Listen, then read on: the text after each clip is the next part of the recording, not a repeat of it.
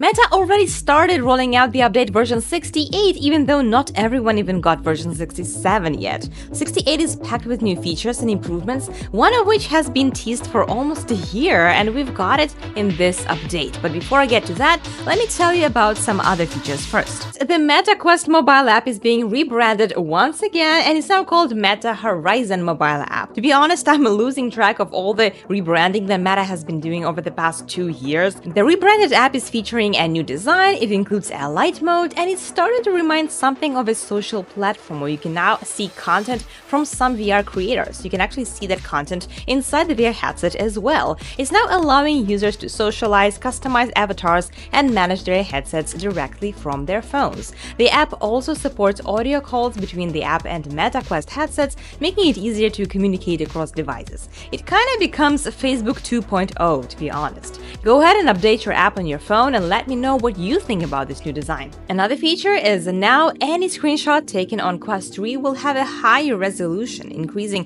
from 1440 by 1440 to 2160 by 2160, providing a clearer and more detailed images, of course. Before, if you wanted to take higher quality screenshots, you probably would have better luck recording a video in HD and then capturing the frame. But now, all the screenshots will be high quality by default. A highly teased feature, Meta added this new AI-powered assistant to your Quest. You can use it to ask some questions, access some real-life information, and insights about your real-life surroundings. And you can also control your device just using your voice, kind of like in Ray-Ban stories. You can find it under experimental features, and it's only available in English and only in the US and Canada for now. I think it's a good start for the AI integration in VR, but it will be much better in the future. I can feel it. I think that right now, the way you can use AI in VR is quite limited, and while it's pretty cool that you can see and recognize your surroundings through the pass-through cameras, there's just not enough actual practical functionality to come with it. What I would like to see next is the ability to interact with AI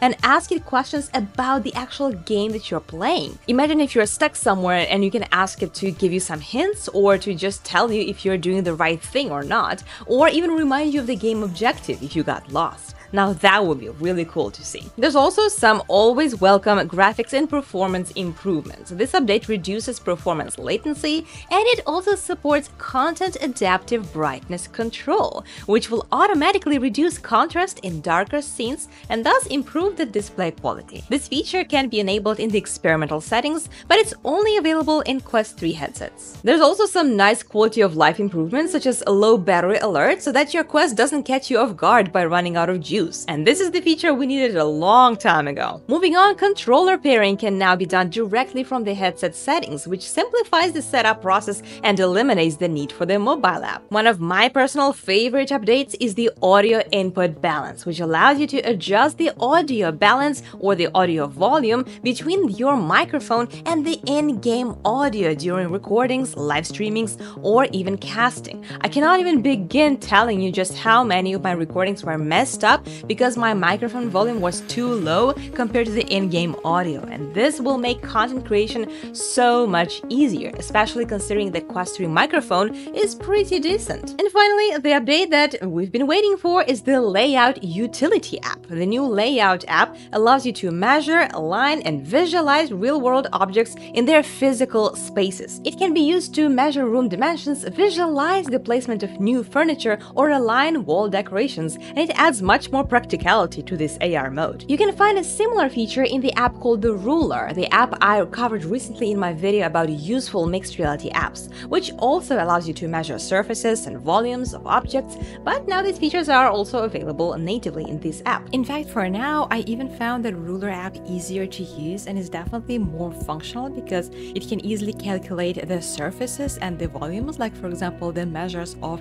the box and different shape items are very easily to measure, while in the utility app it's quite more difficult because you just have the option to do the straight line, but I'm sure that they will update it soon. And since these are still the first steps, the furniture that you can put in are very low poly, and you don't really feel like this is real stuff that's sitting in your room. It kind of looks like a test. And in the future, I can imagine there being different models of couches, different windows, and all of that implementing textures and real-life shadows. But this leveling tool I thought was really useful. Like, for example, I could notice using this tool that my pictures were a bit crooked. Still, there is a long way to go. And I believe that these are the steps to bringing us closer to augments that were promised us a while ago, which will allow us to bring fun elements into our real room, but also in combination with this utility app, it will help us being able to redesign our rooms with virtual objects like lamps, couches, pictures, and so on. That's exciting, but we are not